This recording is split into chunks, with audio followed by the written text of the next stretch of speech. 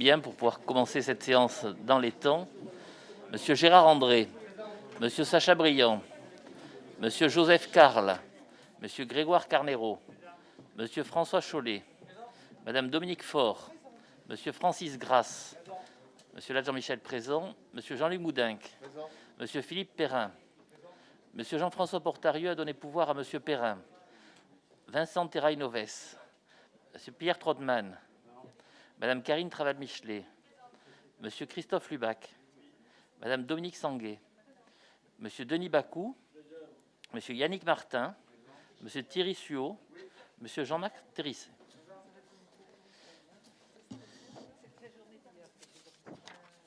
Alors, je prends le fil conducteur. Je vais commencer par les traditionnels propos introductifs de ce comité syndical du 4 novembre 2020. Je voudrais commencer par quelque chose qui est un peu plus triste que ce qui va suivre, c'est le décès d'un agent de Tisséo collectivité, de Madame Christine Troy, qui nous a quittés le 15 octobre. Alors pourquoi je vous parle de Christine? Parce qu'elle travaillait pour le SMTC depuis 1989, et surtout, c'est notamment elle qui préparait les délibérations qui concernent les investissements que nous présentons ici. Bon, elle a lutté longuement contre la maladie qui s'était déclarée en avril, et elle est décédée récemment. Ça a beaucoup bouleversé nos salariés du SMTC, et je le comprends. Pourquoi je vous en parle? Parce que souvent, on est entre nous, on est peut-être sur le devant de l'affiche, mais derrière, il y a des gens qui travaillent bien. Et je voulais rappeler la qualité professionnelle de Christine à ce moment de notre intervention. Sur le comité syndical lui-même, je souhaitais mettre en évidence quelques points. Bien entendu, le sujet majeur de notre séance, et on en parlait hier, ça a été la proposition de marché système de transport que nous allons vous faire dans ce cadre-là. On arrive au terme d'un dialogue compétitif qui a été lancé en 2018. Tout à l'heure, j'aurai l'occasion de détailler un petit peu la manière dont on a travaillé, mais c'est un dossier qui fait plus de 1000 pages, qui est considérable. Et au cours de cette séance, on donnera bien entendu le nom de l'assemblée qui a été retenu et qu'on vous demandera de confirmer. C'est un marché qui est estimé à plus de 800 millions d'euros et qui associe la maintenance à la conception, réalisation du système de transport, une délibération d'une très très grande importance pour nous. Deuxième point, il y a dans la continuité de notre volonté de suivre les évolutions de la mobilité, une nouvelle enquête ménage déplacement qui est en cours pour fournir une vraie photographie de notre dispositif. Vous savez combien c'est important. La dernière enquête ménage déplacement date de 2013 et on a bâti notre projet mobilité sur cette enquête ménage. On proposera donc dans ce CS d'approuver la convention de coopération avec le CEREMA qui va nous apporter une expertise méthodologique pour la définition, la préparation, l'exploitation de la nouvelle enquête ménage déplacement qui paraîtra en 2022. Troisième sujet important, la mise en place des premiers emprunts pour les investissements du mandat, avec une stratégie financière qui est définie dans l'étude de soutenabilité présentée en 2019 et qui comporte la mobilisation des différents outils de financement par emprunt, produits bancaires classiques, emprunt auprès des banques publiques, emprunt obligataire. Ce que l'on va vous proposer lors de ce comité syndical, c'est d'une part des contrats de prêt bancaire pour la réalisation du programme d'investissement du projet mobilité. Tout cela résulte d'une consultation bancaire concomitante avec Toulouse Métropole pour plus de 100 millions d'euros. Et d'autre part, l'adhésion à l'agence France locale. Autre point important, la mise en place des commissions territoriales. Vous vous souvenez que dans le mandat précédent, on avait mis en place ces commissions territoriales qui nous permettent d'être au plus près des maires et des usagers.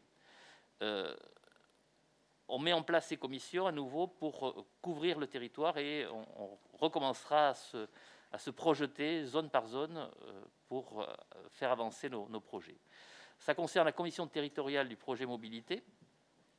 Tisséo Collectivité a installé plusieurs commissions composées de personnes publiques associées et des organismes techniques et d'entreprises. Ça concerne aussi la commission territoriale réseau et services de Tisséo, avec un échange qui est technique et fructueux avec les 108 communes du ressort territorial de Tisséo, avec la volonté de travailler sur les corridors de mobilité. Et donc, on aura le calendrier de ces commissions assez rapidement. On a été obligé, bien sûr, en raison de la crise sanitaire, de le modifier. Sur les modalités de travail au sein de Tisséo Collectivités, je vous indique que, en réponse en particulier à ce que nous a dit la Chambre régionale des comptes, nous mettons en place une évolution du temps de travail dans notre structure. Le but étant de respecter la durée effective de travail de 1607 heures. Pourquoi je parle de ce point-là? Parce qu'on a eu à l'évoquer ensemble lorsque nous avons analysé le rapport de la Chambre régionale des comptes. Nous mettons en place le télétravail au sein de Tisséo Collectivités avec des modalités d'exercice que vous trouverez dans le dossier. L'enjeu, c'est bien entendu d'être sur un équilibre, et tout cela a été discuté, débattu avec les représentants du personnel. Bien entendu, il y a le point de la poursuite de la politique énergétique, qui est un point important. On est sur l'environnement et les conséquences de ce dispositif. On a lancé déjà depuis 2015 une stratégie sur les bus au gaz. On avait confirmé à l'époque, vous vous en souvenez, l'abandon définitif du diesel. Sur le dernier mandat d'ailleurs, 2014-2020, aucun bus diesel n'a été commandé par Tisséo Collectivité pour prioriser le gaz naturel véhicule. Je me retourne vers Denis Bacou, qui a présidé la commission énergie avec beaucoup de sérieux lors des 6 années qui viennent de s'écouler.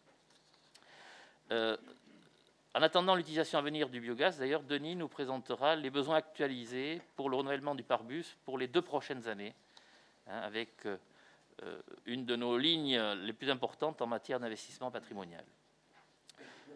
Les bus, bien entendu, sont destinés au réseau Tisséo, et en particulier, on prépare ici le lancement des 2 futurs Linéo 10, Linéo 11, dont les travaux ont débuté, largement débuté, et on aura quelques évolutions sur nos dépôts, en particulier à Colomiers, où on installera une centrale de compression GNV. C'est une extension de notre capacité de recharge des bus. Et ce CS nous permettra de vous proposer d'approuver l'actualisation de ce programme d'acquisition.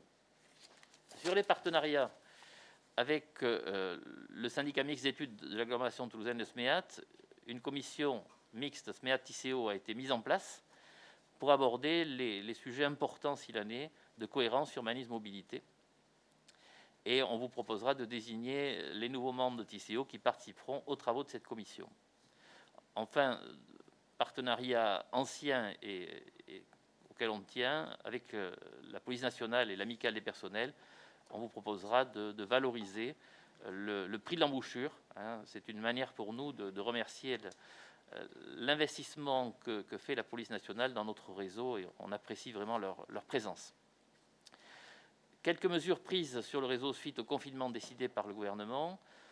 On a maintenu l'offre au même niveau qu'auparavant, c'était important. Ça a été demandé par le Premier ministre.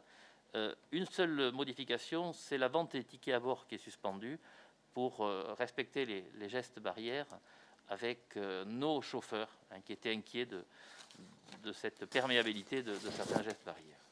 Voilà tout ce que je voulais vous dire pour introduire les choses. Et comme de tradition, je vous sollicite pour savoir si quelqu'un veut intervenir autour de ces propos introductifs. Tout le monde est impatient de passer à la première délibération, peut-être? Bon. Et donc, on va attaquer l'ordre du jour de notre importante séance. Je vous rappelle que s'il n'y a pas de presse ni de public, c'est à cause des problèmes sanitaires, mais toute la séance est diffusée. Et donc, sur le site de Tisséo Collectivité, toute personne qui le souhaite peut nous écouter. Si certains d'entre vous ne souhaitent pas être filmés, il faut le signaler à la régie qui est derrière. Voilà. Alors, le quorum est atteint, et donc on peut ouvrir très officiellement la séance du comité syndical du 4 novembre 2020 avec le premier point, qui est l'adoption du compte-rendu des séances des comités syndicaux. Un élément important. Est-ce qu'il y a des demandes d'intervention? On parle des 2 comités syndicaux du 26 août et du 23 septembre 2020. Non. Donc, qui vote contre? Qui s'abstient? Merci. La délibération traditionnelle de prise en acte des décisions par délégation de certaines compétences du comité syndical. Vous avez le tableau qui récapitule les décisions concernées dans la convocation. Est-ce qu'il y a des demandes d'intervention? Il n'y a pas de vote sur ce sujet-là. Non. Quelques éléments sur les délibérations. Sur le point 1.1, la délibération complétée suite à la CAO du 3 novembre 2020, donc hier, vient de vous être distribuée. Les points 1.1, 1.2 et 1.3 sont retirés de l'ordre du jour.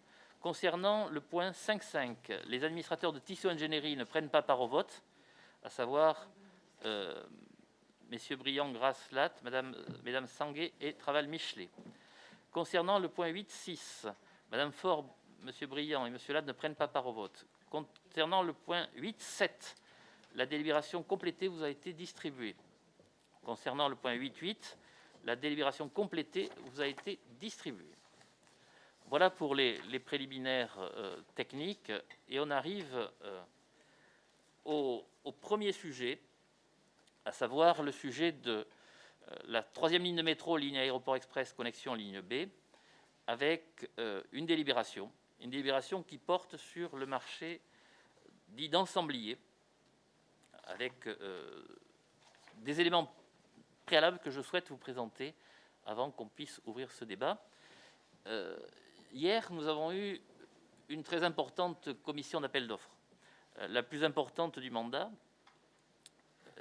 que j'ai eu l'honneur de présider avec une présence de nombreux administrateurs. J'allais dire, la commission était pleine puisqu'il y avait Denis Bacou, Francis Grasse, Jean-Marc Térissé, Christophe Lubac et Pierre Trotman, qui ont tous participé à cette CAO.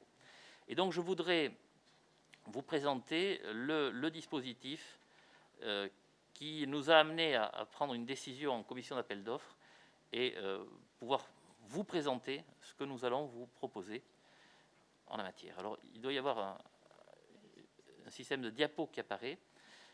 Voilà. Alors, je vais commencer par le périmètre technique de ce marché.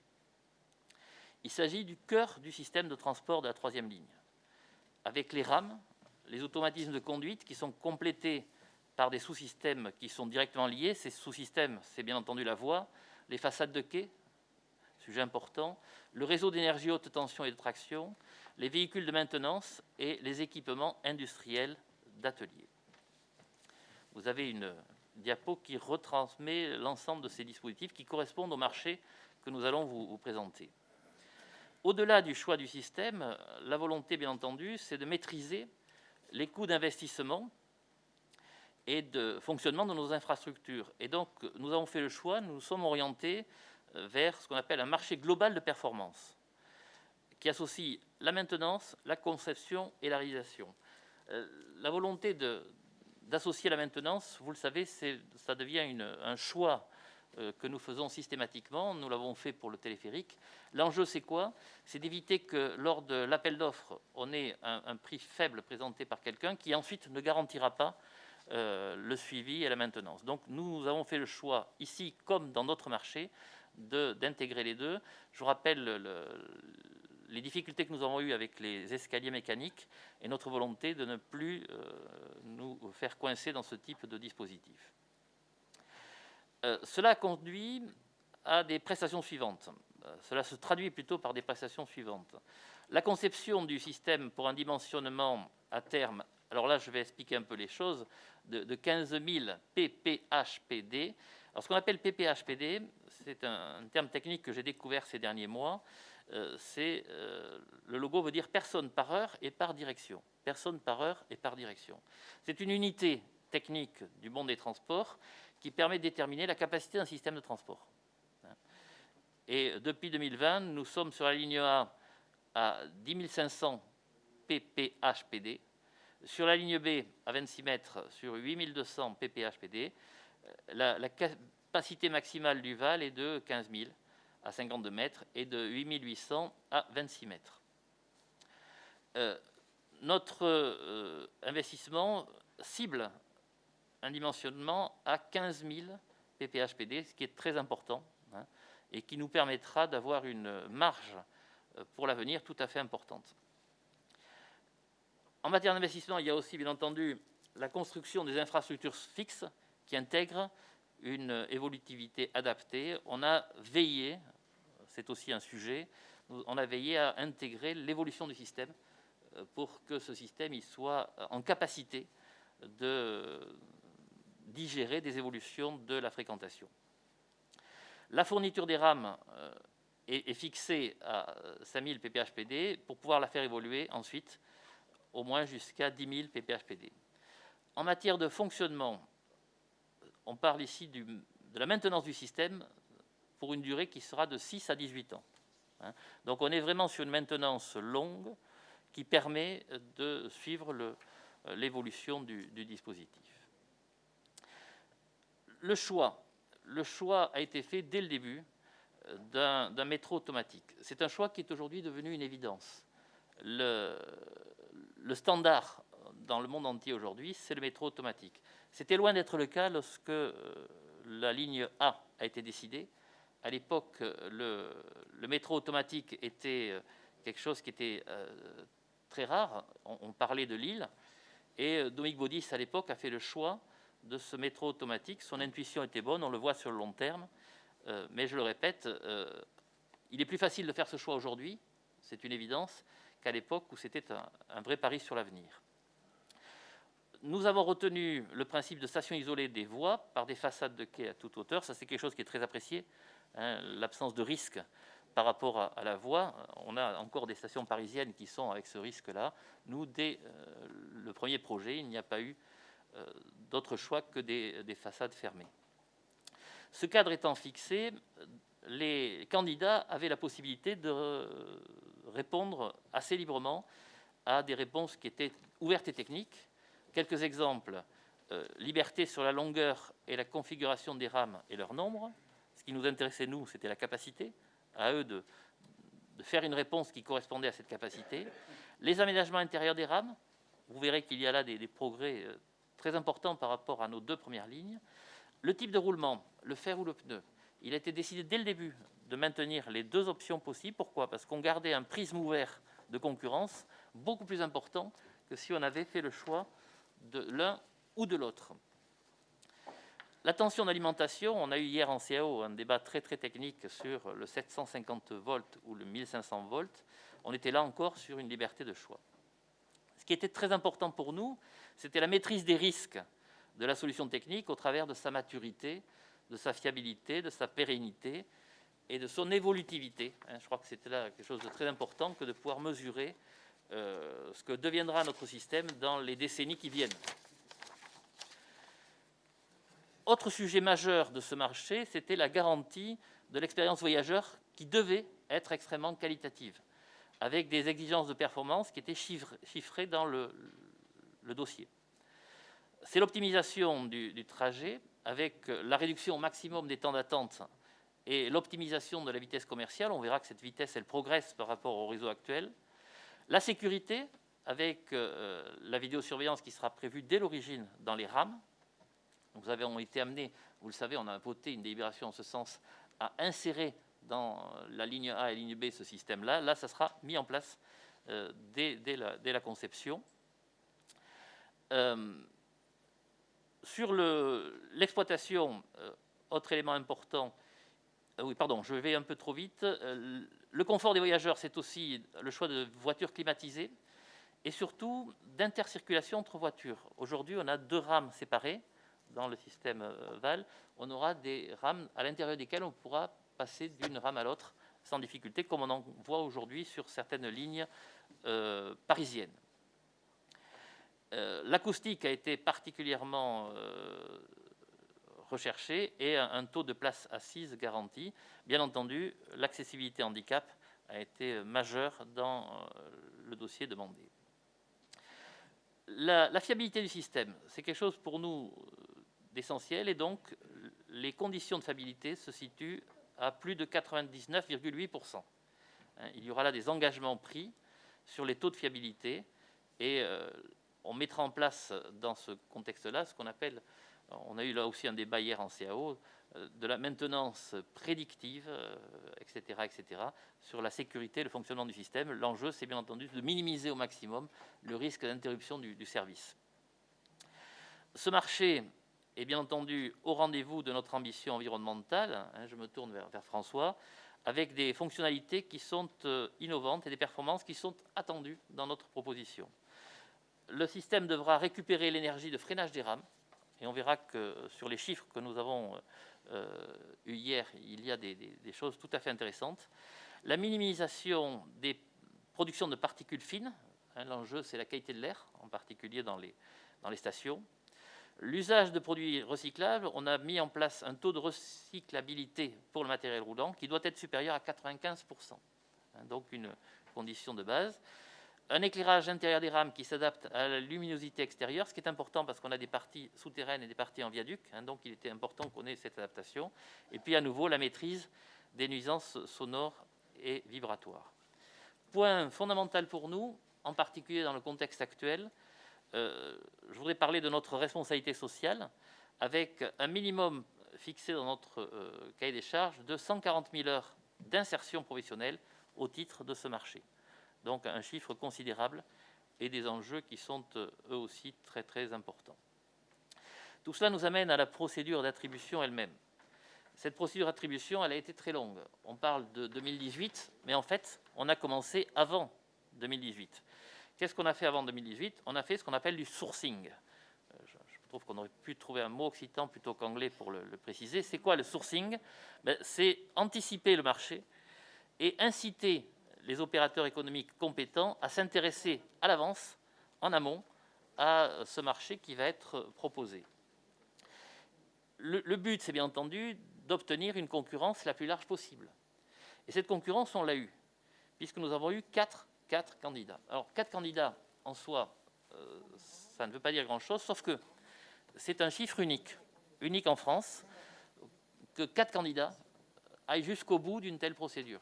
En général, vous avez des combats économiques à 2 ou à 3. C'est la première fois qu'on monte à 4, ce qui montre à la fois l'intérêt du sourcing et surtout la qualité du projet. Ça nous a permis d'avoir une concurrence permanente jusqu'à l'attribution de ce marché.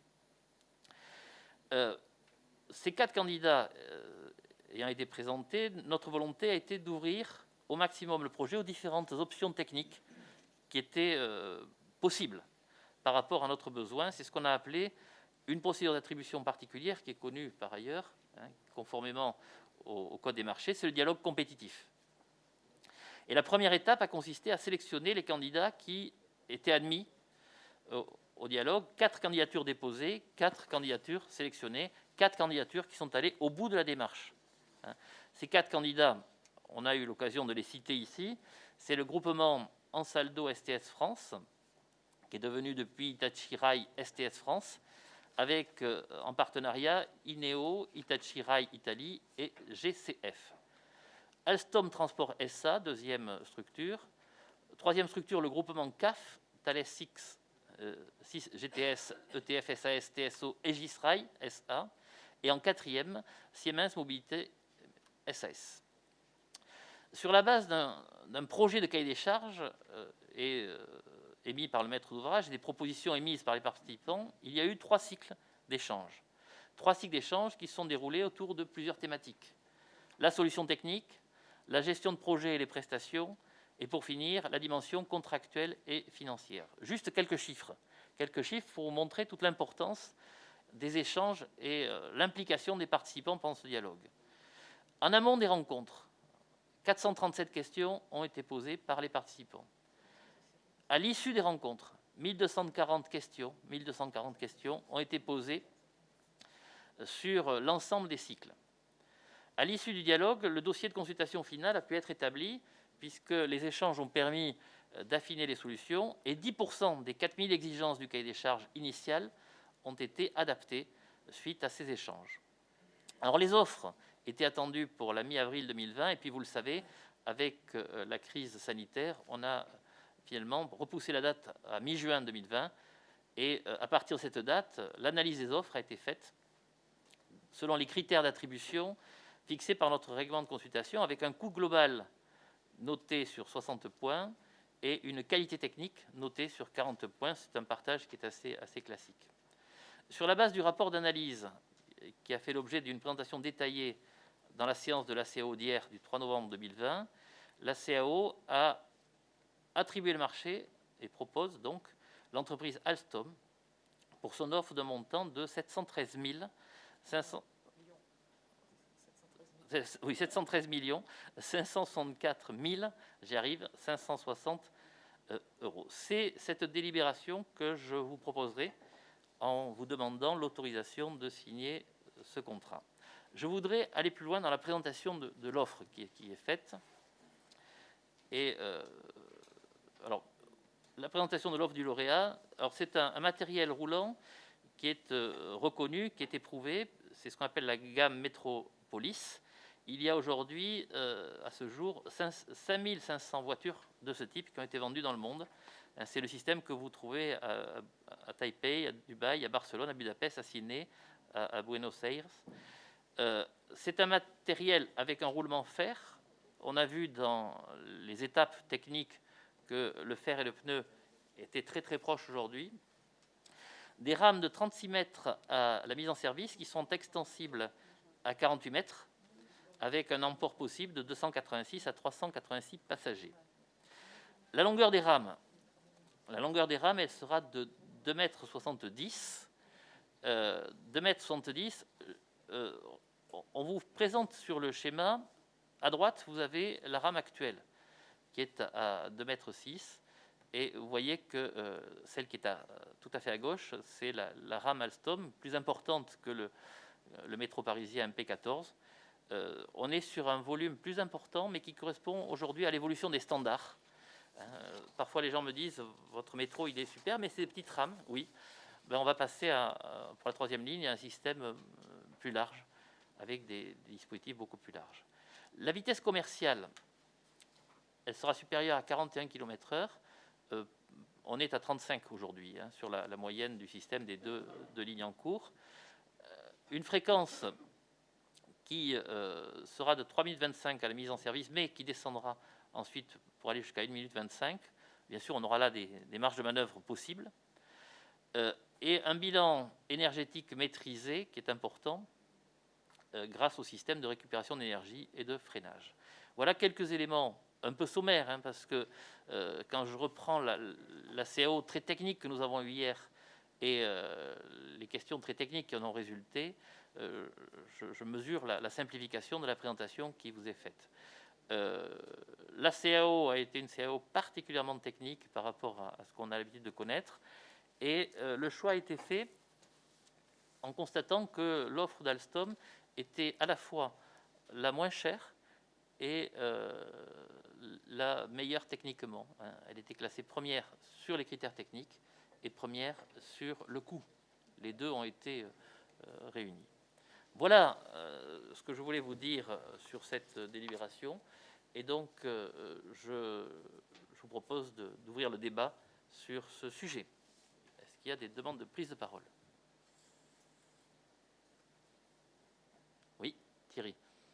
Oui, je prends la parole parce que le bureau de l'agglomération du Murtin s'est saisi de ce dossier, globalement, des enjeux liés à la troisième ligne de métro, et nous a demandé donc, mon collègue Thierry et moi-même, de ne pas participer au vote sur ces engagements financiers. Et je souhaite donc m'en expliquer parce que il me semble que c'est intéressant de porter à connaissance de notre Assemblée le raisonnement qui a été celui du bureau. D'une part, il ne s'agit pas de remettre en cause ni les compétences ni la qualité de nos collaborateurs ou du travail accompli jusqu'ici, bien entendu. Deuxième réflexion, nous sommes conscients, comme tous les élus ici rassemblés et tant d'autres, de l'enjeu de l'investissement public dans la période de relance nécessaire, notamment pour les métiers du bâtiment, de travaux publics et tant d'autres, dans les mois et les années à venir. Et donc le sujet n'est pas non plus une remise en cause de cette nécessité. Cependant, depuis le début des débats sur la troisième ligne de métro, notre collectivité, bien éloignée du trajet de cette troisième ligne, avait posé un certain nombre d'éléments d'alerte, et notamment au moment du vote du projet mobilité en février 2017, nous avions émis une réserve en nous interrogeant sur la capacité de Tisséo SMTC à financer l'intégralité du projet mobilité et à répondre aux enjeux qui n'ont fait que croître, d'ailleurs, y compris dans nos échanges au sein de cette Assemblée, depuis cette expression et depuis ce moment. Et donc, aujourd'hui, le bureau du Meurthe-Aglo s'interroge plus encore, du fait de conséquences de la crise sanitaire, sur la soutenabilité, non pas simplement du financement de la 3e ligne de métro, mais du financement de l'ensemble du projet mobilité. Et l'ordre naturel ou requis des choses aurait été pour nous de travailler à une approche collective de consolidation de la situation financière de Tisséo, d'en mesurer les tenants et les aboutissants, d'en tracer les perspectives, comme ça a été ébauché d'ailleurs il y a quelques mois, mais pas repris depuis, de façon à appuyer notre vote très engageant sur une meilleure connaissance des conséquences potentielles de la crise sanitaire, dont effectivement on nous dit qu'ils seront budgétairement constatés lors du compte administratif 2020 et mis en débat lors des orientations budgétaires 2021 et du budget ou du projet de budget 2021.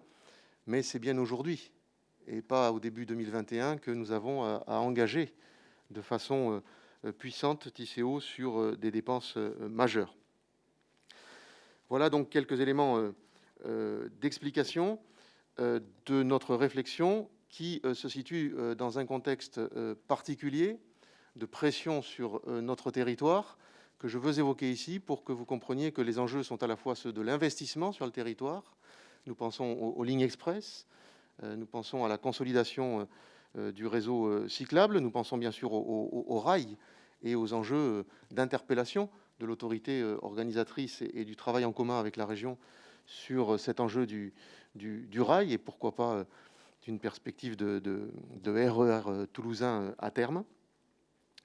Mais nous avons aussi de gros enjeux de développement du réseau et du développement donc du fonctionnement du réseau sur notre territoire. Premier élément de réflexion, nous sommes sous la pression de la démographie. Et les projections démographiques laissent envisager donc d'ici 2030 un accueil donc de 13 000 habitants de plus sur notre territoire. Nous sommes également sous la pression des réflexions, des analyses et des projections en matière de trafic, puisque les prospectives en matière de trafic et les projections en matière de trafic nous laissent entrevoir une rocade toulousaine saturée à 2030, malgré les projets mobilité qui sont portés et qui sont débattus dans cette enceinte. Et donc, nous restons particulièrement inquiets sur les perspectives de développement, de déplacement, de nos concitoyens. Et nous restons prisonniers des débats et des sujets qui nous préoccupaient à la fin du précédent mandat et que j'avais rappelé ici lors de nos 2 précédentes assemblées, et notamment les sujets de déplacement, de mobilité, d'embouteillage et de difficultés de circulation pour nos concitoyens.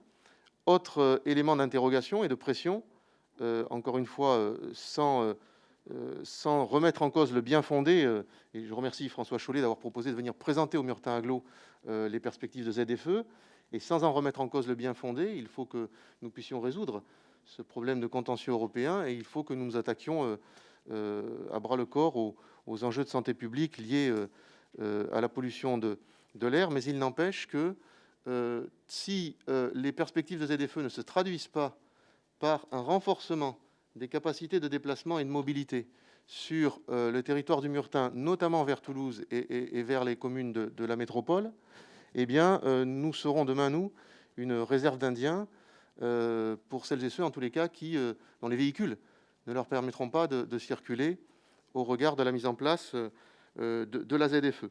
En conséquence de quoi, il nous faut aussi, ici, avoir les débats sur la montée en puissance des moyens mis pour que le réseau se développe et pour que sur nos territoires des plus denses du Meurthe ou moins denses du Meurthe et au-delà, nous puissions, au-delà, c'est pour ça que j'évoquais le train tout à l'heure, nous puissions changer de nos comportements en matière de déplacement.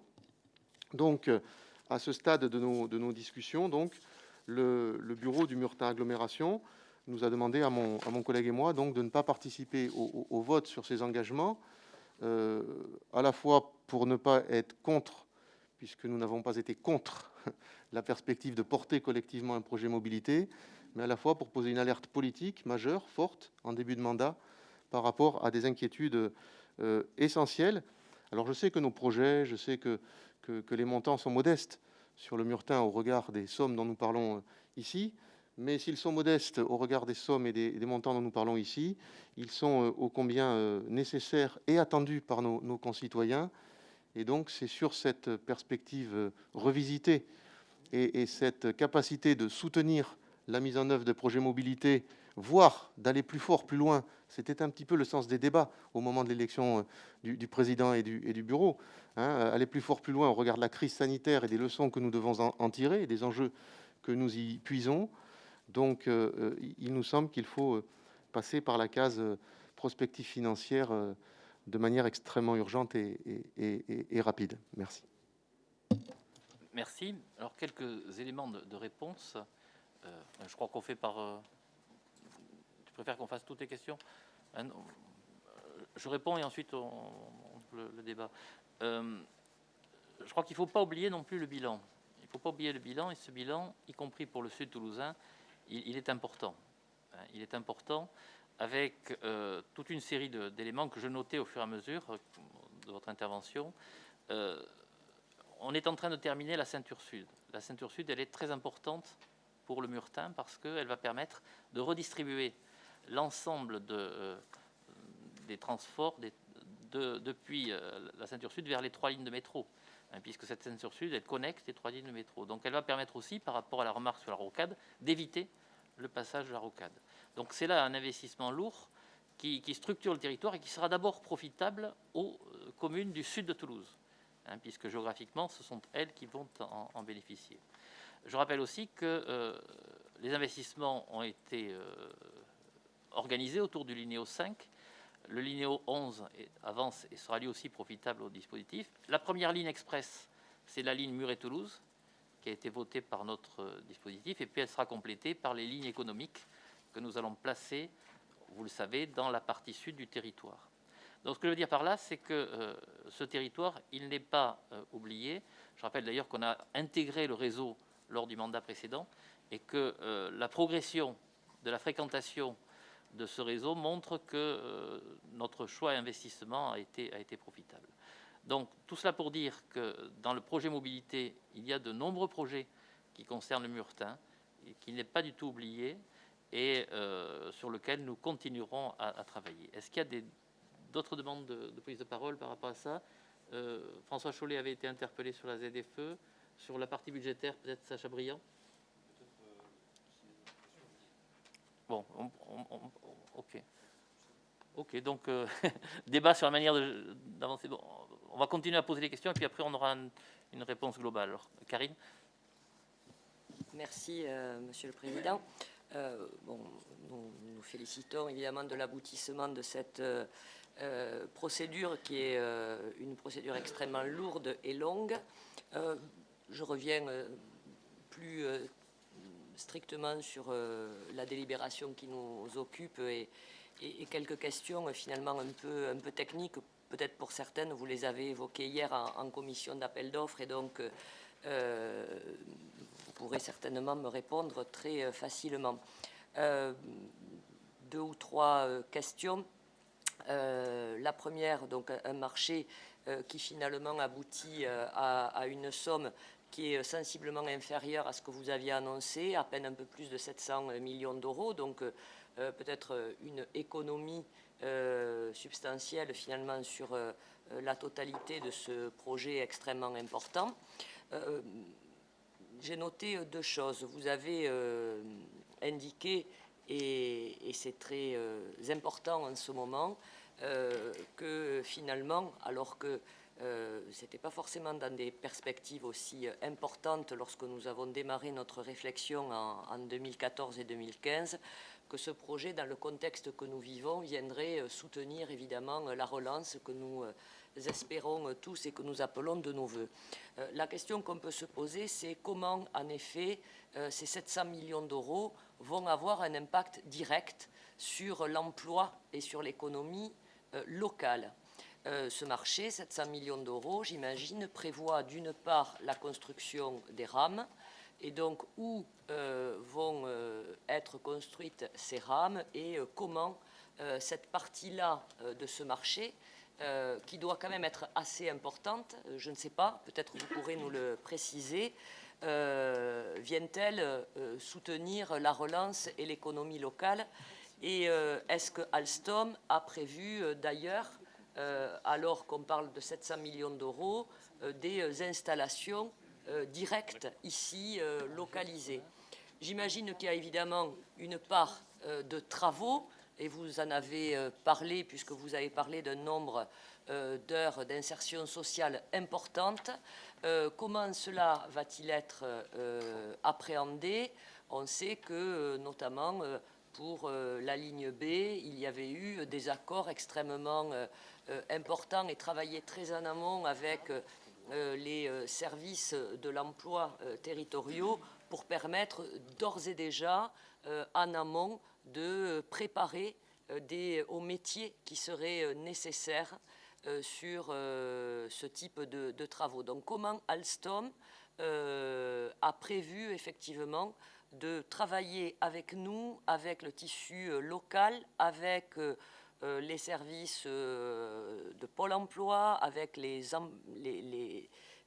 jeunes, les formateurs ici, pour permettre que ce lourd investissement que nous consentons, qui a d'autres objectifs bien sûr, mais bénéficie et soit véritablement un levier de cette relance locale. Voilà, donc ma question plus précise, c'est la part dans ce marché de 700 millions d'euros pour les rames, la part pour les travaux, et comment Alstom s'organise pour que ce montant extrêmement important bénéficie véritablement au plan local. Ensuite, une question peut-être qui n'est pas pertinente, mais je la pose quand même. On note donc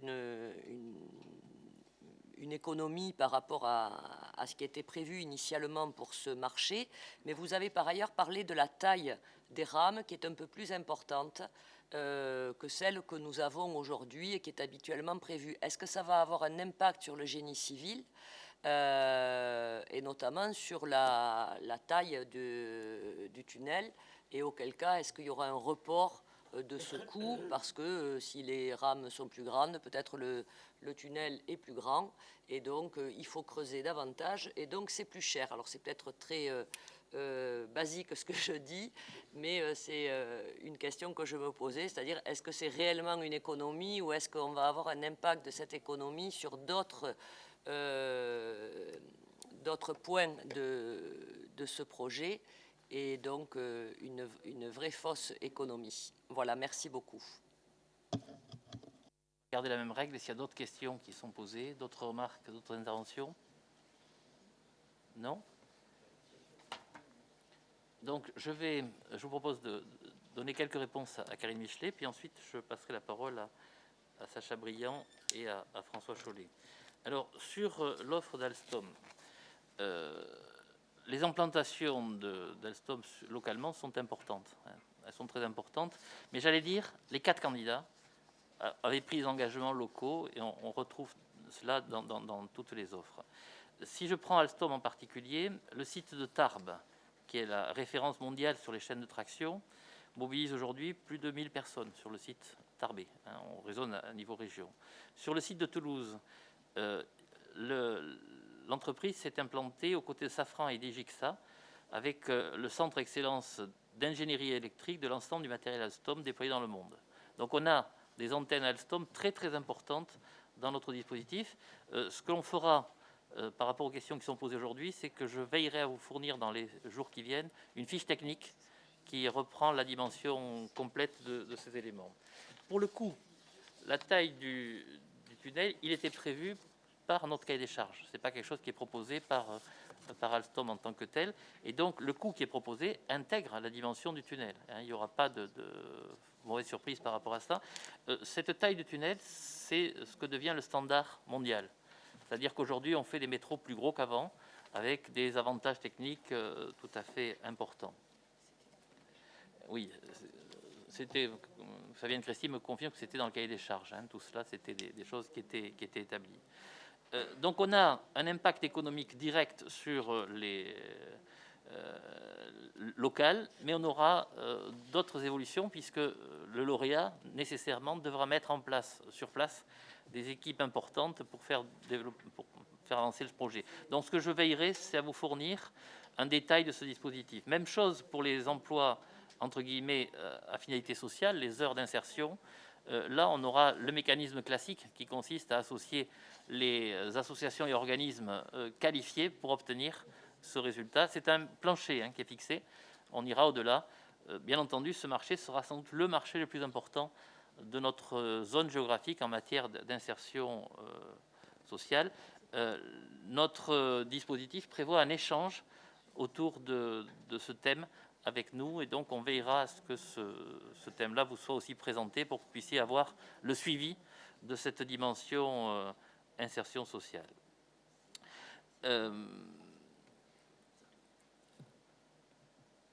On fait une économie, disons qu'on a un bon prix. J'ai toujours du mal à raisonner en termes d'économie ou pas d'économie. On a un bon prix. Pour le moment, on a des appels d'offres, d'ailleurs je parle de manière plus large, où les prix sont plutôt bas. Et on craignait une hausse des prix, c'est plutôt l'inverse. Les entreprises sont en recherche de marché et depuis quelques semaines, la plupart des appels d'offres que je préside débouchent sur des baisses de coûts par rapport au prévisionnel. Là, c'est le résultat, je crois, d'une guerre économique entre les 4 candidats qui a débouché sur un bon prix, c'est comme ça qu'on peut le qualifier, qui nous permet d'avancer. Est-ce que j'ai peut-être pas répondu à tout? Je pense à peu près. De toute façon, on aura l'occasion de poursuivre avec la fiche technique. Sacha Briand, puis François Chollet. Oui. Alors, moi, j'ai écouté attentivement ce que, si j'ai bien compris, non pas Thierry Suot, mais le Muretin Aglo a exprimé de sa position, qui est à la fois une position d'interrogation sur les conditions économiques de mise en œuvre du PDU dans le contexte particulier de la crise sanitaire. Et ces interrogations, bien évidemment, nous les partageons tous. Et par voie de conséquence, une interrogation méthodologique sur le fait de lancer le projet de manière très importante avec ce marché, alors qu'on n'a pas une visibilité très précise sur les conditions de financement dans les prochaines années.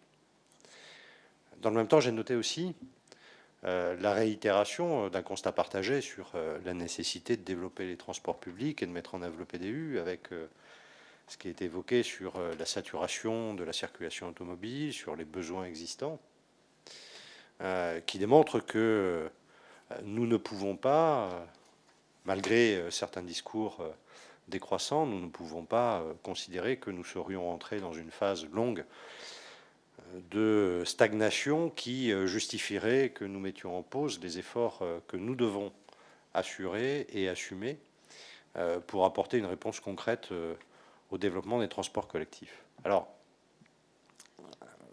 c'est vrai que on aurait préféré pouvoir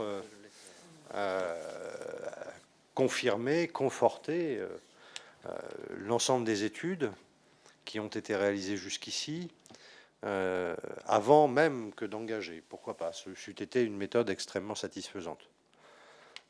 Mais c'est vrai que nous sommes encore aujourd'hui dans une phase de crise, et non pas de sortie de crise, et que nous pouvons tout au plus ébaucher des hypothèses, et ces hypothèses, les interpréter et en apprécier le niveau de risque.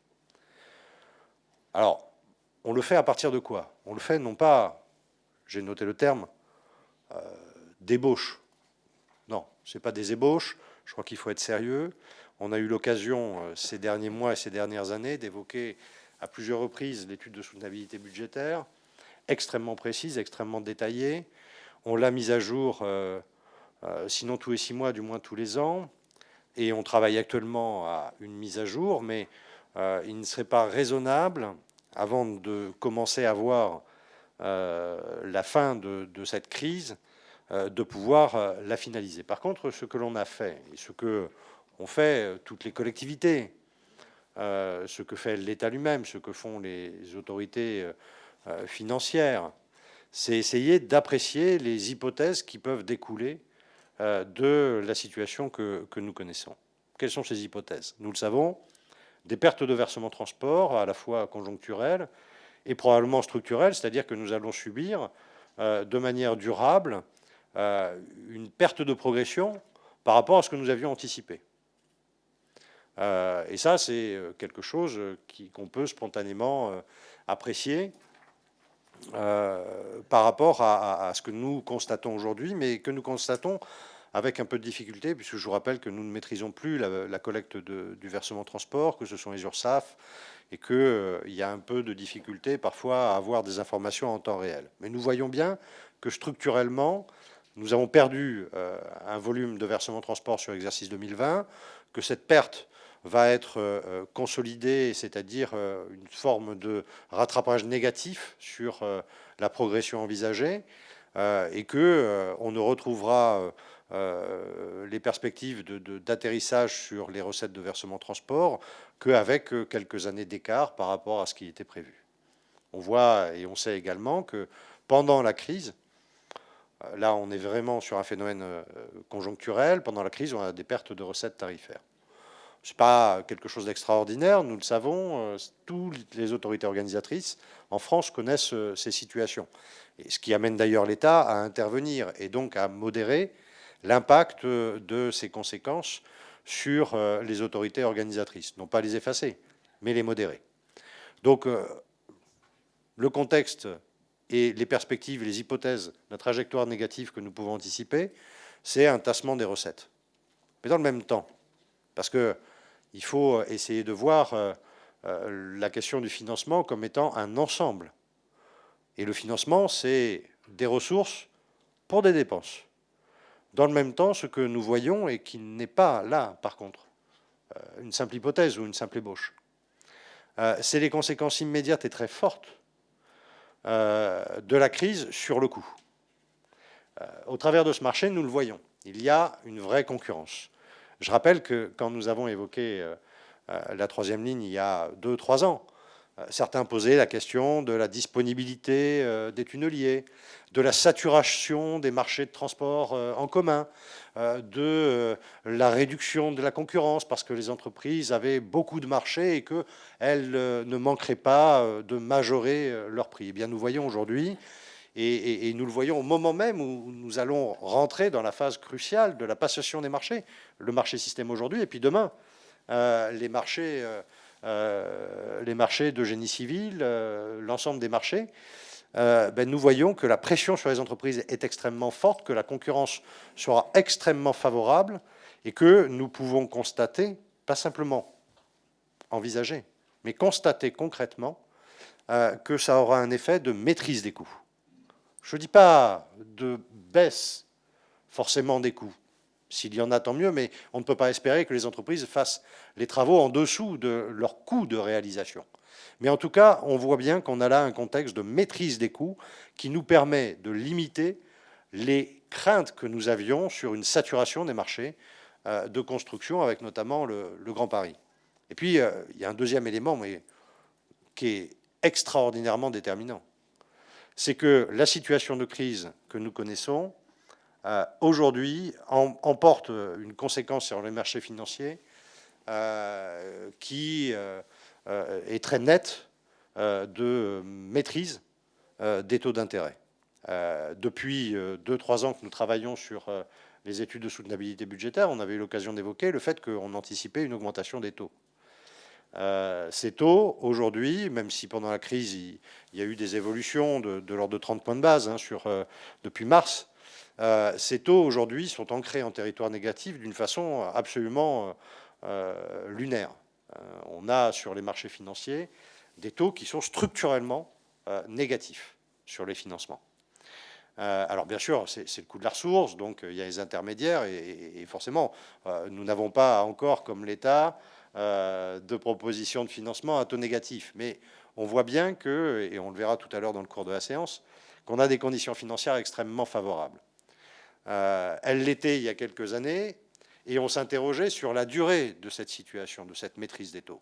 Ce qui est certain, c'est qu'à partir du moment où on voit que la crise a aujourd'hui un effet massif sur la politique de taux, on peut penser que cette situation va durer probablement encore 2-3 ans et qu'elle vient consolider de manière extrêmement puissante les hypothèses de l'étude de soutenabilité budgétaire qui était sur un niveau de financement en moyenne de l'ordre de 2 points, 2 points et demi. C'est l'hypothèse que nous avions retenue. Et nous voyons que, en tout cas dans les 2-3 prochaines années, nous allons très probablement être très en deçà. Les conséquences sont extraordinairement positives pour assurer le financement de l'étude de soutenabilité. Donc aujourd'hui, c'est vrai, ça aurait été satisfaisant de sortir la boule de cristal et de vous dire voilà. Mais je crois que on aurait fait une mise à jour de l'étude de soutenabilité avant la décision de reconfinement et on nous aurait dit mais on voit bien que la situation est instable. Donc ça ne sert à rien d'essayer de tirer des enseignements définitifs d'une situation qui est extrêmement instable, mais il faut voir quelles sont les hypothèses qui s'offrent à nous. Et ce qui s'offre à nous, c'est effectivement un tassement de nos recettes, mais le corollaire de ce tassement de recettes qui est lié à la crise, c'est l'écrasement des conditions de financement et probablement la très bonne maîtrise des coûts de construction que l'on constate aujourd'hui. Et comme nous l'avions démontré, l'étude de soutenabilité a été parfaitement équilibrée. Eh bien, ces grands équilibres, même s'ils sont impactés, le sont tout autant sur les dépenses que sur les recettes, de sorte que l'équilibre général de l'étude de soutenabilité n'en est pas modifié. Et je vous rappelle que lorsqu'on avait parlé de la construction du modèle économique de Tisséo, j'avais dit, c'est vrai qu'on peut se poser la question de savoir si le taux de croissance du versement transport sera celui-ci, mais je l'avais rappelé très fortement, c'est que les dépenses étaient liées, elles aussi, par exemple, au taux d'inflation, et que s'il y avait un tassement du taux de croissance du versement transport, le corollaire, c'était la maîtrise de l'inflation et par voie de conséquence des frais financiers et des coûts de production. Et donc on voit bien que notre modèle, il est équilibré dans l'évolution de la situation économique. Si demain on a une très forte relance, ce qui est possible en sortie de crise, on aura une pression sur les taux d'intérêt, mais on aura aussi une pression sur les moyens de production et donc sur les salaires et donc sur le versement transport. Si la situation de la crise perdure, eh bien nous aurons une maîtrise, certes un tassement des recettes, mais aussi une maîtrise des conditions de financement. Donc aujourd'hui, il n'y a pas d'alerte qui remette en cause le fondement même et la base des modalités de financement du PDU. Et la meilleure démonstration, c'est que nous n'entendons pas remettre en cause l'ensemble du programme du PDU, et pas seulement la troisième ligne. J'entends bien que certains, depuis plusieurs années d'ailleurs, considèrent qu'il faudrait d'abord tout faire et puis après voir si on peut faire la troisième ligne. L'offre de transport collectif sur l'ensemble du territoire, elle a été approuvée dans le cadre du PDU, et ce PDU aujourd'hui, nous entendons bien le mener, assumer les responsabilités qui nous ont été confiées et le faire non pas à l'aune d'une vision à court terme, mais en ayant une vision à long terme, une vision qui soit à l'échelle des exigences de construction de notre territoire. Merci. Alors j'avais une demande dans l'ordre de François Chollet, de Christophe Lubac, de Jean-Luc Moudinque. Voilà. Oui, je voulais. J'ai entendu les inquiétudes des élus du Muretin de Thierry-Suot quant aux conséquences que la mise en place de la zone à faible émission pourrait avoir sur les déplacements des habitants du Muretin vers Toulouse et puis depuis Toulouse pour les retours. Donc je viendrai dans les jours qui viennent présenter en en détail les choses. Et je crois que le détail a de l'importance dans la présentation, et ce n'est pas le lieu aujourd'hui. Mais je voudrais quand même donner deux éléments ou trois dans cette discussion. Bon, d'abord, je voudrais rappeler le gain en termes sanitaires de cette ZFE. Et ce n'est pas au président d'Atmo Occitanie que je vais expliquer ça, il le connaît par cœur. Si cette ZFE va améliorer le sort de 171 000 personnes, c'est considérable. Et donc, je pense qu'en filigrane, il doit y avoir derrière nos préoccupations cette donnée-là. Et c'est très clairement un des premiers actes majeurs sur ce territoire d'amélioration drastique de la qualité de l'air, si ce n'est le premier épisode mis à part le premier épisode de confinement qui avait également amélioré la qualité. La deuxième chose que je voulais dire aux élus du Muretin, c'est que il y a deux réponses. D'abord, l'accompagnement, évidemment. Jean-Michel l'a exprimé, c'est la ceinture sud, c'est aussi les linéaux, c'est en matière, c'est le développement des transports doux aussi, qui compte fortement là-dessus. Donc cet accompagnement, il existe, il est prévu. Il y a le rail aussi que vous avez évoqué, que nous ne maîtrisons pas, mais qu'il faut sûrement considérer. Donc l'accompagnement, il existe en matière d'alternatives. Et ça mérite d'être signalé. La deuxième chose, c'est que le choix qui a été fait, c'est une progressivité de mise en place, avec une mise en place, et nous en parlerons plus en détail, sur 4 ans, qui va permettre aux individus, aux personnes, aux citoyens, aux entreprises de s'adapter. Et je dis juste 3 chiffres. Là. La première année, c'est moins de 0,5%, 0,47% du parc roulant qui sera concerné. Je veux dire sur l'ensemble. La deuxième année, 1,7% du parc roulant. La troisième année, 4,5% du parc roulant. Donc en termes d'effet, l'effet est important parce qu'il porte évidemment sur des véhicules qui sont très polluants, mais en valeur absolue, c'est un effet qui est relativement limité. Tout ceci n'explique pas tout, ça mérite d'être détaillé d'une façon un peu plus explicite. En tout cas, je voulais dire qu'en matière d'accompagnement, en matière de mise en place, je pense qu'il y a moyen, et nous avons pris en compte les questions des collectivités qui sont autour de Toulouse Métropole. Merci. Christophe Lubach. Merci. Moi, j'entends ce qui est indiqué par notre collègue et nos collègues du Muretin. D'autant que c'est une position qui a été exprimée en conseil syndical à 3 reprises, en tout cas depuis que j'y siège. Et je vous rappelle que dans les 3 exigences que nous avons indiquées, premier conseil syndical, vous avez été investi. Président, nous avons rappelé au niveau du SICOVAL cette exigence sur la question de la soutenabilité financière et de l'information que l'on doit avoir régulière en direction du conseil syndical à ce sujet-là. Alors effectivement, dans les questions financières, on ne peut pas avoir d'enseignement sûr à long terme et sur la question des finances. Il n'y a pas de boule de cristal non plus, et je me doute que M. Briand ne gère pas les finances avec une boule de cristal. Pour autant, j'entends la démonstration qui est faite. Ce que nous souhaitons, et ça a été porté à plusieurs reprises, c'est que nous puissions avoir cette information qui soit faite de manière plus précise au niveau du conseil syndical. Et je pense que, Président, si on veut trouver entre nous des modalités de fonctionnement qui nous permettent de sortir de ce débat par le haut, c'est qu'on puisse se dire que, peut-être pas tous les conseils syndicaux, mais assez régulièrement, nous puissions avoir cette étude de soutenabilité, cette mise à jour, cette prospective remise à jour peut-être en fonction des éléments de crise que nous connaissons et effectivement qu'on ne peut pas anticiper. Ça, je pense que tout le monde est d'accord là-dessus, il n'y a aucun problème. Mais ne serait-ce que de savoir où est-ce qu'on en est. Les impacts qui ont été évoqués par Sacha Briand, sur les questions des taux d'intérêt, ça c'est des connus. Mais il y a tout ce que nous ne connaissons pas sur les impacts déjà actuels et ce que ça peut avoir demain comme impact sur nos engagements financiers. Donc, est-ce qu'il serait possible, puisque ça a été sollicité à plusieurs reprises, qu'en conseil syndical, nous puissions avoir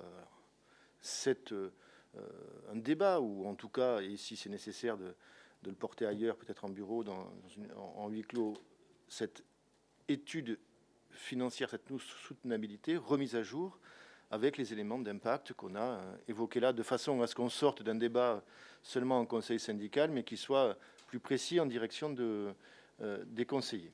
Enfin, sur la question de l'investissement que nous portons aujourd'hui, moi je tiens à souligner, pour passer à un autre sujet, mais qui revient à la délibération que nous avons quand même à approuver, à souligner le travail, j'ai pas assisté, mais pour avoir assisté à la commission d'appel d'offres très sérieux qui est fait par les services de Tisséo depuis 2 ans, pour arriver à aujourd'hui une délibération qui effectivement nous permet d'avoir une correspondance, sans mauvais jeu de mots en termes de transport, entre une offre qui est financièrement avantageuse et un outil, un matériel qui permet de répondre aux exigences qui ont été portées dans le cahier des charges et d'y répondre certainement de la meilleure des façons.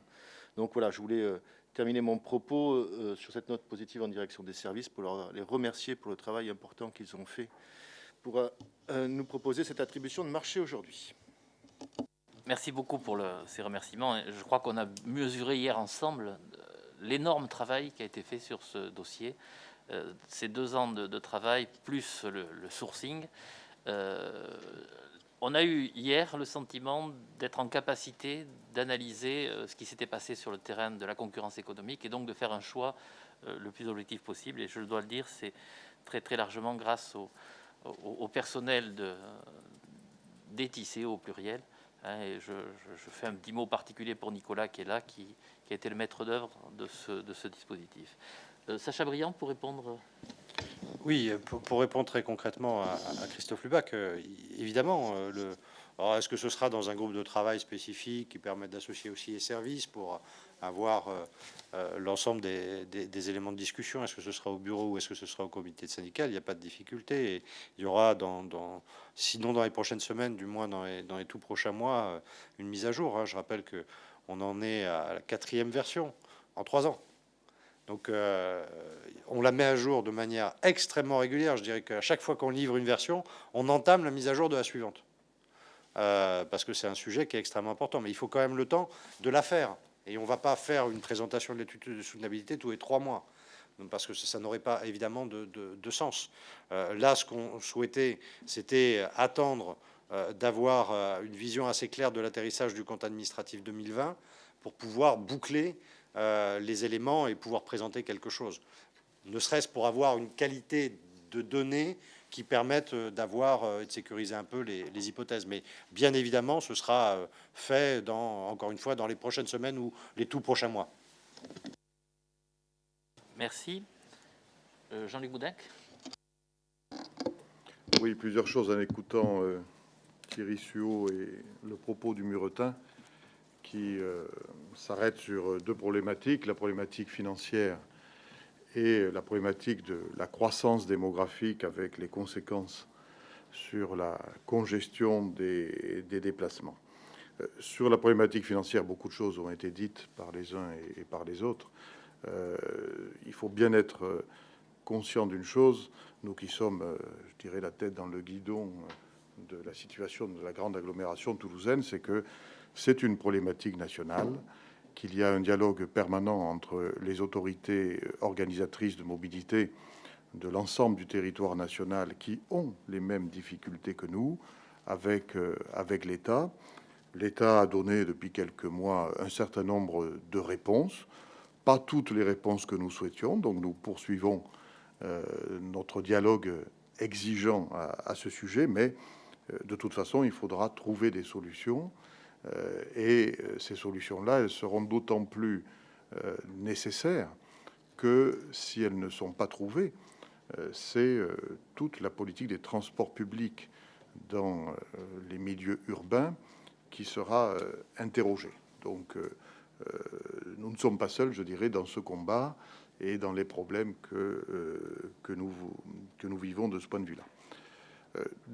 Deuxième point que je veux dire, parce que ça n'a peut-être pas été suffisamment dit par les différentes interventions, s'il y a par contre dans cette conjoncture faite de beaucoup d'incertitudes, s'il y a un élément de certitude qui doit nous habiter quant à la ligne de conduite à mettre en œuvre à travers nos décisions ici pendant le mandat qui s'ouvre, c'est que nous avons l'impérieuse obligation de maîtriser nos dépenses de fonctionnement. Ça, c'est, je dirais, quelque chose qui n'est pas discutable.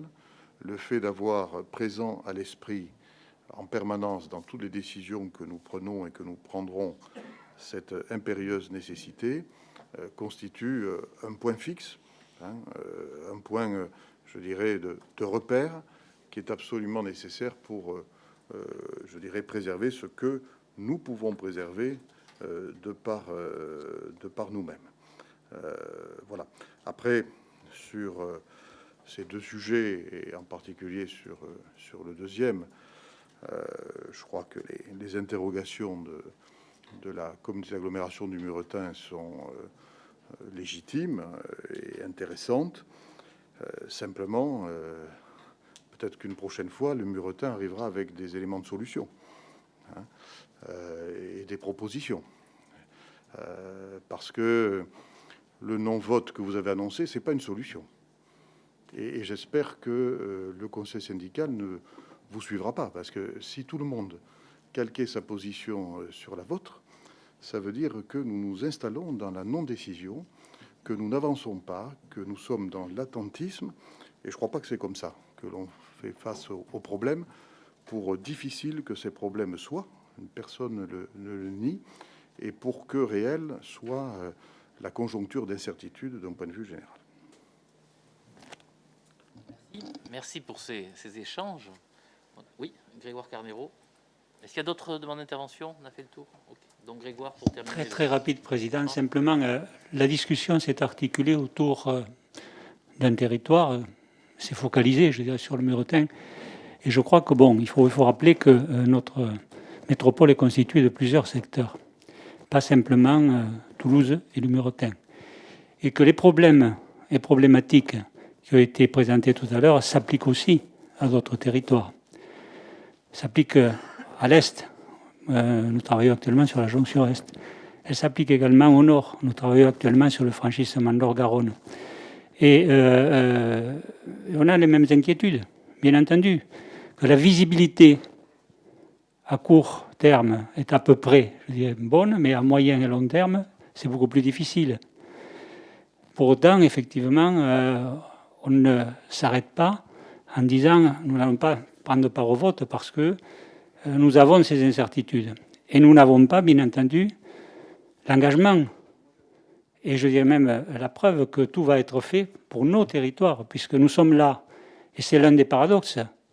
Mais c'est je dirais, un paradoxe bienfaisant pour défendre à la fois nos territoires et l'ensemble de tous nos territoires. Et donc, il faut être équilibré. Il faut rappeler que bon, nous avons actuellement le Lignéo, par exemple, 10 sur le nord, qui pose un certain nombre de problèmes. On y travaille. On sait que c'est difficile. D'autres territoires, avons-nous le sentiment, enfin, nous avons le sentiment qu'ils sont un petit peu mieux dotés que le nord. Le nord est un peu en souffrance, mais c'est, je dirais, historique. Et donc, il faut rappeler aussi que nous sommes là pour soutenir le projet, parce que nous savons qu'il contribuera au développement de l'ensemble de nos territoires, parce que c'est une ligne, je dirais, d'ossature. Ce n'est pas un point à point, c'est un multifaisceau qu'on est en train de faire. Et dernier point de courtoisie, je m'associe effectivement aux remerciements qui ont été faits tout à l'heure avec chaleureusement à l'égard des personnels pour le travail réalisé. Mais il y a toujours une arrière-pensée dans ce type d'affirmation. Il y a un oubli. Ce que je dirais presque, en psychanalyse, c'est presque l'amnésie explicable. On oublie de parler des élus. Alors moi, je m'associe également aux remerciements. Je remercie tous les élus qui ont travaillé sur le projet. Il y en a un certain nombre, quelle que soit leur sensibilité politique. Et c'est précisément l'équipe qu'il faut remercier. Cette équipe, elle est faite pas simplement de techniciens, elle est faite aussi d'élus. Il faut de temps en temps le rappeler. Elle est faite d'une majorité, d'une minorité, et chacun apporte sa pierre à l'édifice avec à la fois sa préoccupation du moment et son idéologie de fond.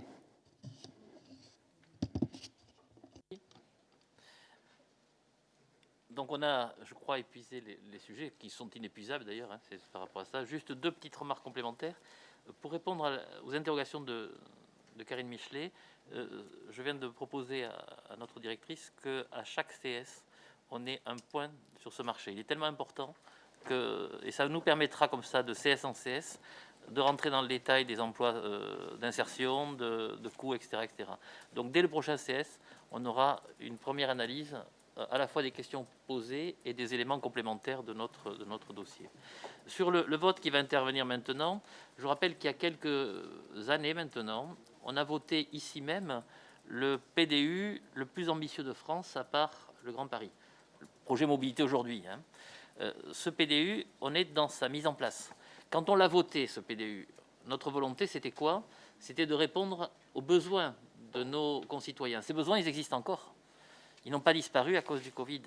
Et ce que nous vous proposons maintenant, c'est de répondre à ces besoins, de continuer à répondre à ces besoins, puisque finalement, tous les votes que nous avons faits sur des nouveaux outils de transport depuis plusieurs mois, c'est la construction progressive de ce plan de déplacement urbain. En fait, on a le choix aujourd'hui entre le renoncement ou le volontarisme. Et le monde économique, les salariés qui sont en recherche d'emploi nous regardent aussi pour ça. Donc, on va passer au vote de ce dispositif qui me semble important. Je vous propose donc de choisir le volontarisme avec une délibération 1.1 qui vise à autoriser la signature du marché ensemblier avec Alstom Transport SA pour un montant de 713 564 560 €. Voilà pour le dispositif. Les chiffres sont trop importants pour ma propre échelle de pensée. Donc on va passer au vote de cette délibération. Qui ne participe pas au vote? Merci. Qui vote contre? Qui s'abstient? Cette très importante délibération est adoptée. Et je vous en remercie. On va poursuivre l'ordre du jour. Je vais énoncer les délibérations du chapitre 1 avec les deux qui sont retirés, vous le savez. Donc les délibérations 1.4 et 1.5 portent sur l'autorisation de signature du marché subséquent avec la société Socotep Environnement. Hein. On est sur des sols pollués et des investigations qui portent sur ces sols pollués. La délibération 1.6 porte sur une convention avec Toulouse Métropole pour les dévoiements de réseau dans le cadre du projet de troisième ligne. La 1.7 porte sur une convention à passer avec Enedis sur l'intégrité des réseaux et ouvrages en liaison toujours avec la construction de la troisième ligne. La délibération 1.8 porte sur des conventions de servitude avec Enedis, en particulier pour la problématique d'alimentation des tunneliers et celui de l'opération collection ligne B en particulier. Les délibérations 1.9 et 1.10 portent sur un protocole d'accord de transfert d'activités commerciales et foncières sur le site, on en a eu parlé ici, de la Maison de la Peinture, avec l'objet de la réalisation de la future station du boulevard de Suisse. Les délibérations 1.11 et 1.12 portent sur des acquisitions foncières et des indemnisations qui sont réalisées dans le cadre de l'opération troisième ligne de métro. On est déjà sur un montant de 414 000 €. Est-ce qu'il y a des demandes de prise de parole sur ce chapitre 1? Oui, Thierry Suot. D'accord. D'accord. Donc, le Murten ne partira pas au vote de ce chapitre. D'autres remarques? Non. Donc, on va passer au vote. Qui ne participe pas au vote? Qui s'abstient? Qui vote contre? Merci.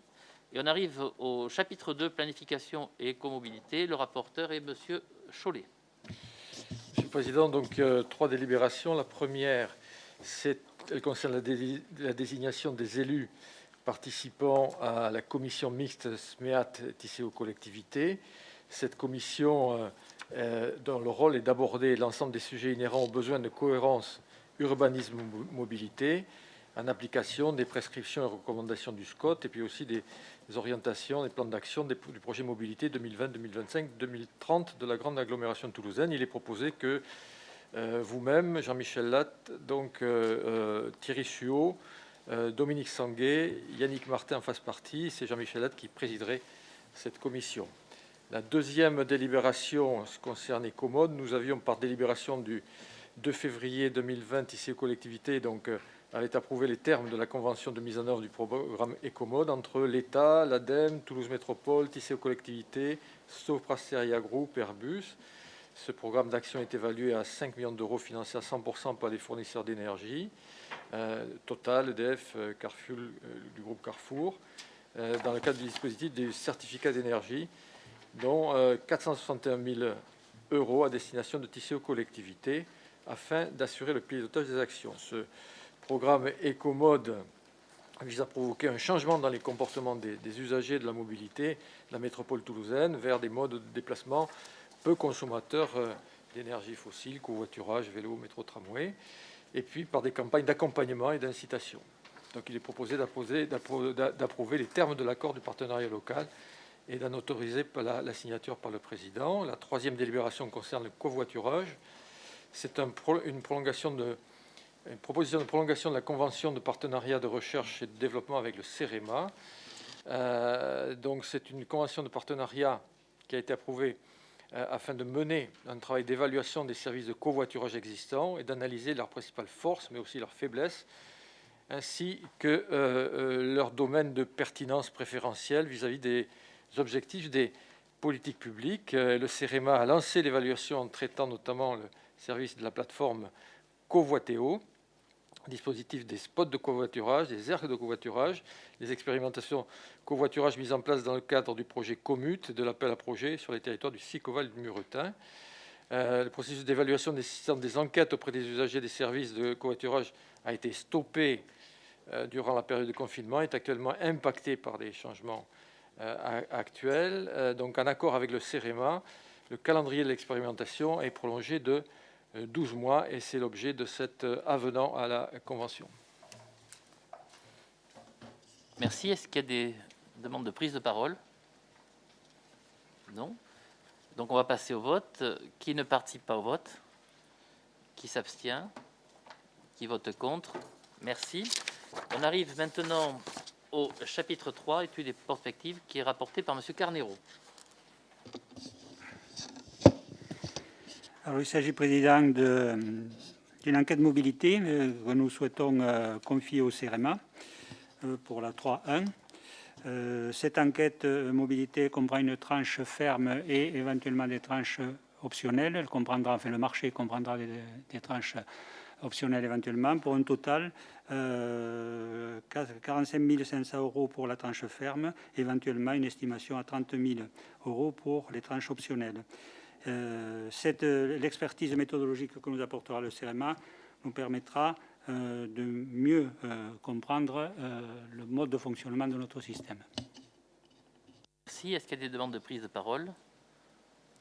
Qui ne participe pas au vote? Qui s'abstient?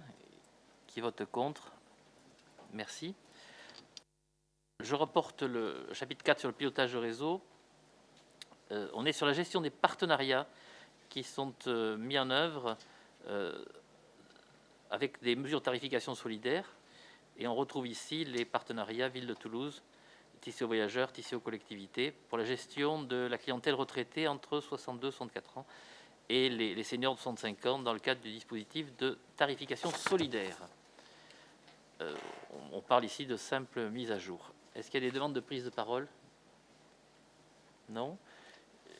Qui ne participe pas au vote? Qui vote contre? Qui s'abstient? Merci. On arrive au chapitre 5 des projets territorialisés avec Gérard André en rapporteur. Merci Monsieur le Président. La première délibération concerne l'opération Maligne A en XXL et qui vise à approuver l'indemnisation d'un dernier commerçant impacté par ces travaux pour un montant d'un peu moins de 38 000 euros. Un bilan complet vous sera adressé prochainement, notamment le 16 décembre. Aujourd'hui, nous sommes à peu près à 2 millions d'euros pour cette opération. Les délibérations 5.2 et 5.3 portent sur l'opération Téléo. La première vise à approuver un avenant à un protocole foncier autorisant les anciens propriétaires à demeurer sur les lieux jusqu'au 31 juillet 2021 à titre gratuit. La délibération 5.3 vise à approuver une convention de mise à disposition d'un terrain agricole à la SAFER dans le cadre de la mise en œuvre de mesures compensatoires environnementales pour tous ces projets que Tissot met en place, avec un montant de redevance sur les 2 prochaines années s'élevant à 890 € de recettes pour Tissot collectivité. La délibération 5.4 porte sur l'opération d'extension du parking relais Mirail Basso-Combo et vise à autoriser la signature du lot 7 pour la réalisation de l'ouvrage en silo, prévu par l'entreprise Massoutier pour un montant de 403 000 € et dont le chantier démarrera fin décembre. La délibération 5.5 vise à approuver le protocole de clôture de l'opération Linéo 3 desservant Plaisance du Touche, Tournefeuille et Toulouse à Rennes. Ce protocole concerne l'achèvement des missions de Tissot Ingénierie, approuvant le bilan financier de cette opération et donne quitus au mandataire. Enfin, les délibérations 5.6 à 5.14, ce sont en règle générale des avenants qui visent à prolonger jusqu'à fin 2021 la durée de validité des conventions de travaux d'aménagement du réseau Tisséo et sa mise en accessibilité, notamment des arrêts de bus. Cette prolongation permettra entre autres la finalisation du schéma directeur d'accessibilité programmé sur l'ensemble du réseau Tisséo. Elle concerne respectivement le Sicova, le Muretin d'Aglo et les communes de Castelmourou, Montberon, Pêche-Beaunieu, Plaisance du Touche, la Savetat du Touche, ainsi que les communes de la commune de la Save aux Touches et des Coteaux Bellevue. Les programmes des travaux à réaliser en 2021 seront délibérés prochainement. Merci. Est-ce qu'il y a des demandes de prise de parole? Non, on va passer au vote. Qui ne participe pas au vote? Qui s'abstient? Qui vote contre? Merci.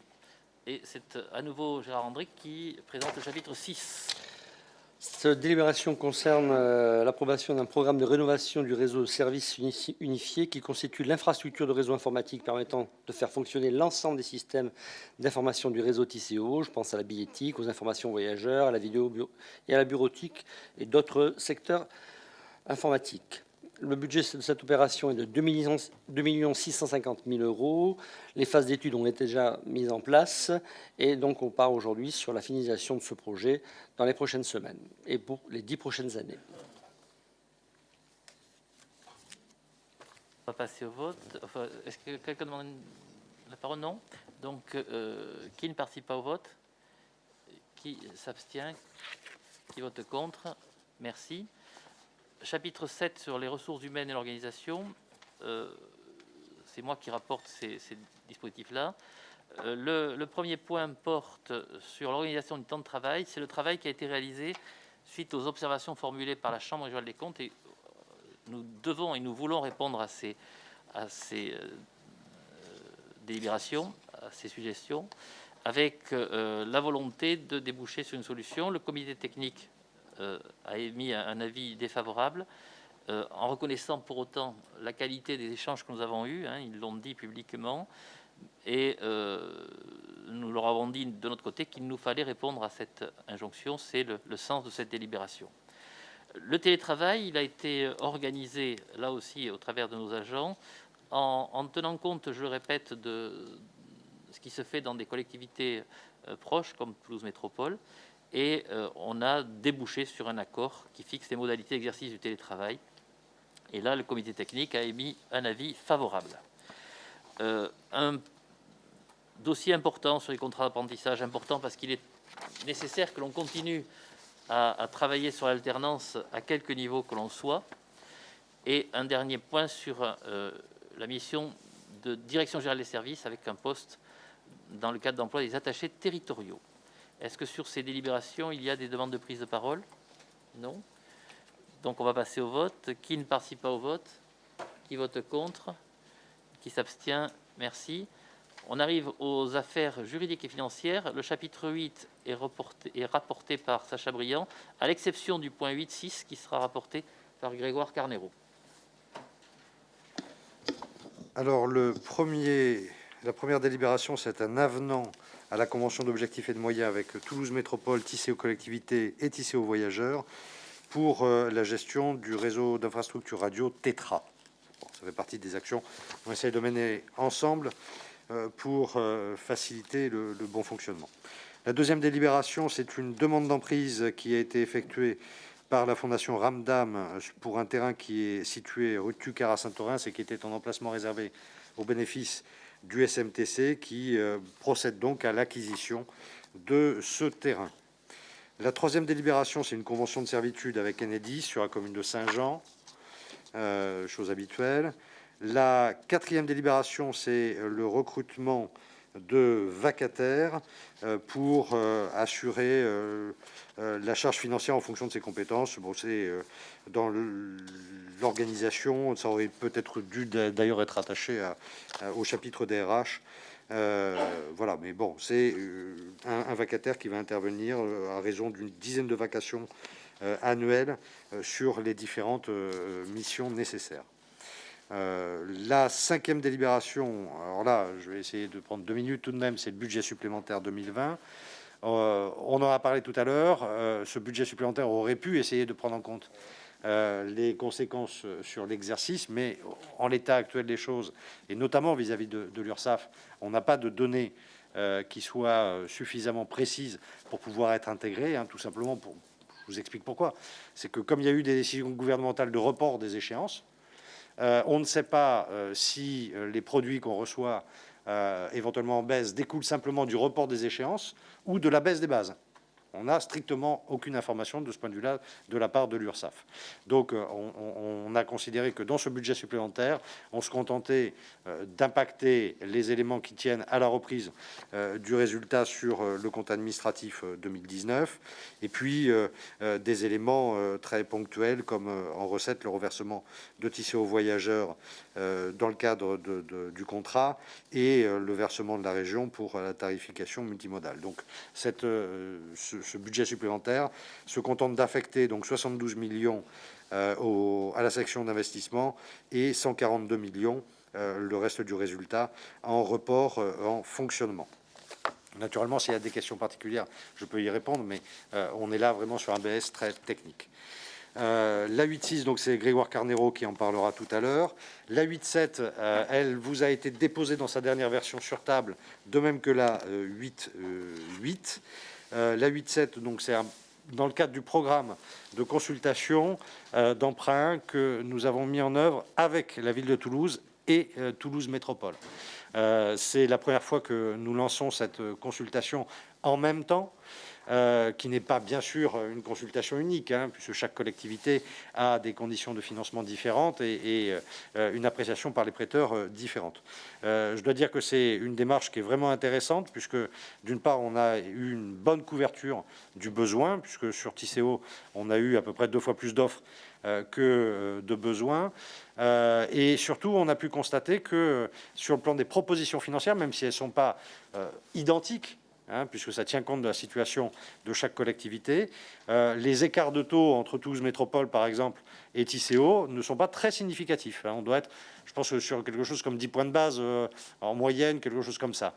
Alors que, je rappelle, Toulouse Métropole a été, il y a quelques mois, noté AA, qui est la notation la plus élevée, et donc la signature de meilleure qualité.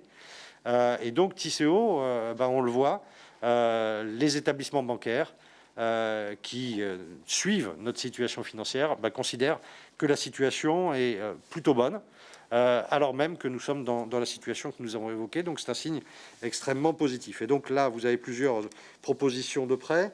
Je précise d'ailleurs qu'en décembre, on va proposer la délégation à l'exécutif pour la mobilisation des emprunts, parce que c'est lourd de devoir passer en conseil, et puis surtout ça ne permet pas d'avoir les meilleures conditions du moment de la négociation.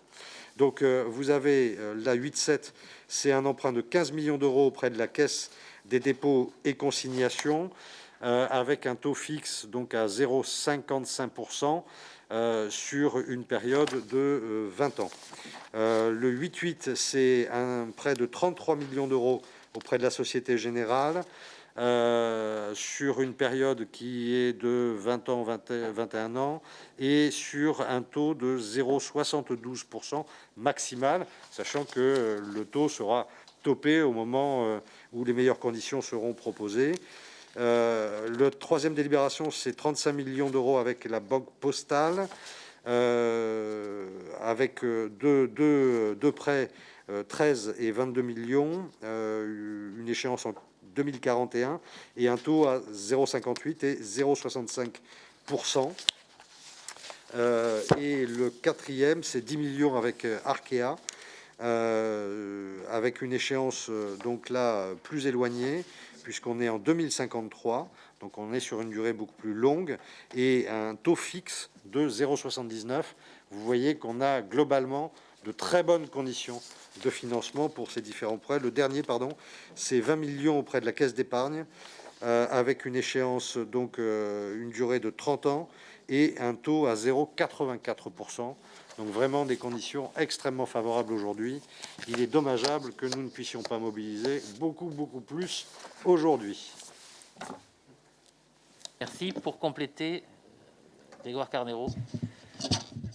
Oui, rapidement, Président. Alors, nous vous proposons l'adhésion au groupe Agence France Locale. Il s'agit là de se donner, je dirais, un nouvel outil d'ingénierie financière, puisqu'on abordait tout à l'heure le peu de visibilité qu'on a sur la question des taux. Il est évident que, vu l'augmentation de la masse monétaire, des masses monétaires d'ailleurs, qui se produisent au niveau mondial, il va y avoir une évolution sur les taux. On peut estimer entre 2 et 4 ans, mais ça se produira. Et la diversification des sources de financement est pour nous un atout, bien entendu. C'est un groupe public, vous le savez. Cette adhésion nous permettra de lever des fonds dans des conditions bien meilleures, dans des moments plus difficiles. Mais d'ores et déjà, c'est une initiative qui a été prise par la région, qui a été prise par Toulouse Métropole, donc c'est de bonne loi. Il est normal que nous soyons dans cet ensemble, je ne parle pas de consortium, mais dans cet ensemble de façon à bénéficier des meilleures conditions du marché en ayant une multiplicité d'opérateurs de collecte. Nous vous proposons donc une adhésion avec un apport en capital de 5 96 100 € en 2020, 5 96 000 également en 2021. Et puis, comme membre du bureau, nous vous proposons de désigner Sacha Briand et Jean-Michel Latte.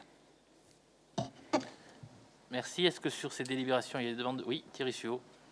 Il y a une délibération qui porte sur un emprunt où on stipule que les contrats sont fléchés sur des opérations particulières.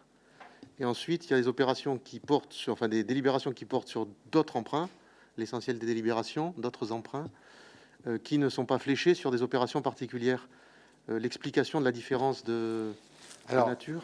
C'est la Caisse des dépôts qui a des financements d'État et qui doit donc répondre à des cahiers des charges. Et au cas particulier, il s'agit, sur ce produit type, de ne financer des opérations que maximal 25 millions d'euros.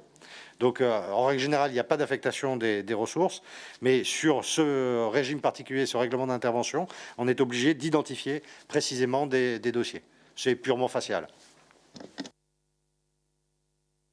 Oui, du coup, pour rester en cohérence avec les premiers propos, en attendant le moment financier ou de prospective financière collectif, donc on va adopter la délibération fléchée, mais ensuite on s'abstiendra sur les autres à ce stade, et on reprendra le dialogue au moment de l'échange sur la soutenabilité.